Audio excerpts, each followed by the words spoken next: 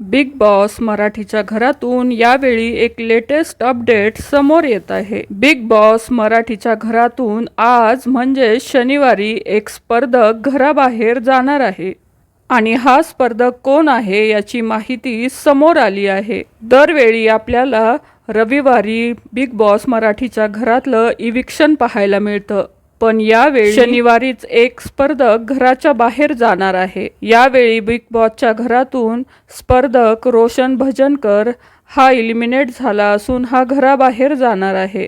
Roshan भजनकरची big बॉसच्या घरातून exit झाली आहे। रोशन भजनकरने शांत आणि संयमी खेळीने प्रेक्षकांचं मनोरंजन केलं, त्याने प्रेक्षकांची मने जिंकून घेतली। मात्र रोशनचा प्रवास बिग बॉसच्या घरात इथेच थांबलेला आहे।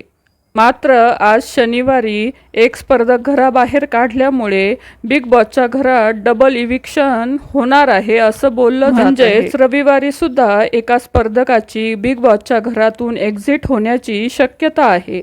यावेळी रोशन भजनकर हा घराबाहेर गेल्याची बातमी समोर आली आहे। तर मित्रांनो, तुमची या संदर्भात काय प्रतिक्रिया आहे ते नक्की कमेंट करून सांगा। धन्यवाद।